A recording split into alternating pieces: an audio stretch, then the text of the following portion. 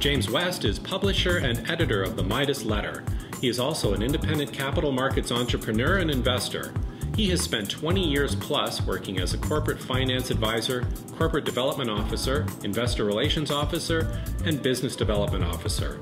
We were able to catch up with James during the 2013 PDAC conference held in Toronto, Canada, and asked his opinion on a variety of topics. Do you think that stock markets have run ahead of economic fundamentals? Are we poised for disappointment in the coming months? Well, when you say stock markets, again, you've got to distinguish between the various ones. The S&P 500 and the Dow are setting new records, while the TSX Venture is setting its own new record, but to the downside. We haven't seen the stock market and the TSX Venture, rather, at this level since 2009 in the summer. So we're close to the lowest point of the TSX Venture post-crisis, and so I don't really believe that the stock markets have run ahead of global economic fundamentals. I think that the TSX Venture is a reliable reflection of global economic fundamentals, whereas the Dow and the S&P are not, because they are the subject and recipient and beneficiary of $85 billion a month in capital fabrication, which they call quantitative easing. What is your outlook for the remainder of 2013 for junior stocks? There will be a downward revision in the number of publicly traded companies in the junior exploration place. That will happen more or less as a result of the excessive supply of projects and companies as a result of the boom years from 2002 to 2007. What, in your view, will cause investors to look at junior resource stocks again? Junior resource investors come in three categories: institutional, high net worth, and individual small investors. The small investor has been the exit strategy of the other two groups for the entire history of the TSX Venture. This is the group that has been burned the most, and this is the group that has less trust in the system and in the structure of the market than anyone else. The other two groups, who are reliant on the health of the first group to provide an exit strategy, are clearly suffering because now they're forced to cannibalize each other in lieu of the absence of the individual investor. And that is the process we're seeing underway right now, where funds are suffering from redemptions, and so they're forced to sell all of the juniors regardless of price, regardless of the caliber of the projects. So what is going to happen to turn that around is there's going to have to be some major structural improvements which address the regulatory deficiencies that have created the opportunistic landscape wherein the individual investors are cannibalized by the investors in the layers above them. What do you feel will happen with commodities this year? Commodities as a sector is very difficult to categorize or quantify or predict a direction. If you break up the commodities sector into their respective parts, I think precious metals will continue to trade range-bound between $14.50 and $17.50 as a result of the artificial supply and demand created by the futures market, which now leads the spot price. I think the platinum group metals have a strong chance of appreciating in the coming year because of the shortage of supply resulting from labor disputes in South Africa and from the absence of new supply. I think that oil is going to remain stable despite the fact that the U.S. is now producing more oil than they ever have in the past, and that's because the consumption levels remain stable around the world regardless of economic weakness. And then in the agricultural sector, I think we're going to see potash continue to deteriorate in price because there is increasing global supply. In terms of other nutrients, nitrogen is relatively plentiful and stable. Phosphates, I think they're going to stay stable. And then in terms of food commodities, we're going to see fluctuations in price based on weather events which are impossible to predict. Which are your favorite resource sectors to invest in this year, and why? The resource sector has become much like commodities. As a sector, it's impossible to quantify or qualify or make a prediction because the individual constituents of the sector are the companies. And so in this atmosphere where it's almost impossible to raise exploration capital through the issuance of equity, it's going to be those companies that can continue to attract equity investment due to their past successes that will see their projects move forward. So in that regard, gold mining is still a profitable business, as is silver mining, as is all mining given the right economics.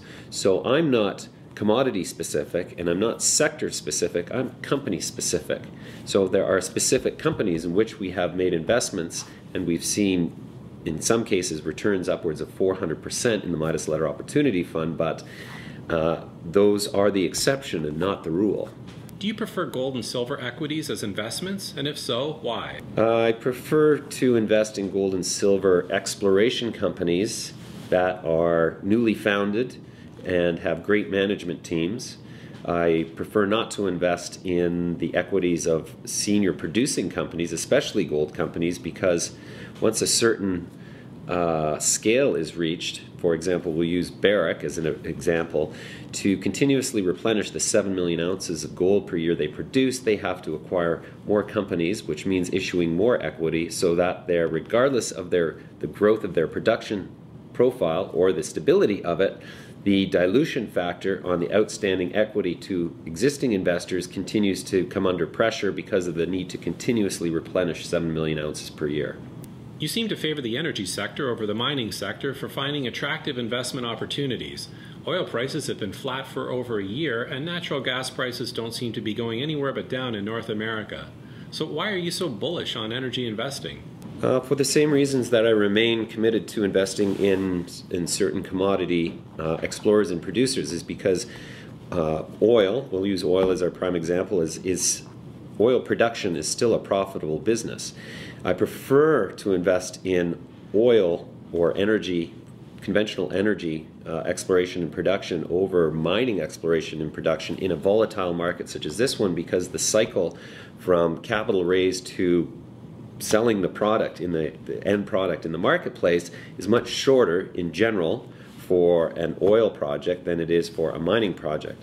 An oil project, if there's existing 3D or 2D seismic data available, from acquisition until production and delivery of the oil to the main distribution network can occur within a period of months, whereas with a mining project, even with great detail on existing structures, geological structures, for the process to proving up a mineable deposit, building a mill, and actually delivering that commodity to market is without doubt a minimum of 5 years and sometimes upwards of 20. How do you go about finding good junior energy stocks to invest into? The process for that is one of observing and monitoring the market, who's having the biggest successes, and when they sell their company to a major, those are the guys I ask myself, what are they going to do next? And in general, I call them up and I say, what are you going to do next? My name's James West. I'd like to invest in your company. Africa has been labeled as the next new frontier to find conventional oil. Do you agree? Will there be more companies like Africa Oil that will enable supernormal returns for early stage investors?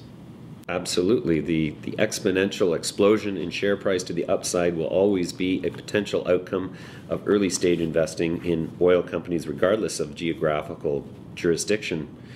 Certainly Africa, there are several basins that are underexplored relative to the more mature oil producing basins in the world, and so I think certainly the region around Ethiopia and Kenya remains very prospective. There's lots of exploration activity in Tunisia and in the north of Africa, and then of course offshore West Africa remains very prospective and is the subject of a lot of exploration capital at this point. Can you tell our viewers about your Midas Letter Opportunity Fund? We founded the Midas Letter Opportunity Fund in March 2012 to take advantage of the great number of early stage entry-level financings that are offered to us as a result of my exposure through the Midas Letter. So we created the fund so that we could systematically analyze the merits and the risks inherent in each of these opportunities, take the best ones, get involved with companies at the earliest stage with the best management teams, and exit the investments as the company succeeds and the share price rises. Are there a few favorite stocks that you can share with our viewers? Sure. One of my favorites is Atiko Mining, ATY, on the TSX Venture. It's a company that has acquired a operating VMS mine in Colombia, just outside of Medellin. They've recently announced upwards of 116 meters, grading 6% copper and over 6 grams per ton gold.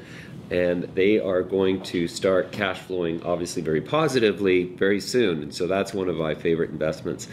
Another one that I like is Terra Nova Energy, TGC. They're about to start drilling in the Cooper Basin in Australia. They're surrounded by majors. Chevron just invested $360 million into their neighbor, and the wells are coming on stream at upwards of 6,000 barrels per day there.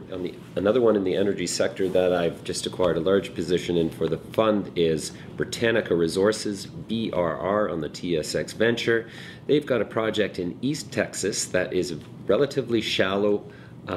There's 2 pools, and they're going to start producing using some stimulation technologies, and around them are some of the larger oil companies producing upwards of 15,000 barrels per day. We talk about these stocks and quite a few others in the Midas Letter, which you can find at midasletter.com.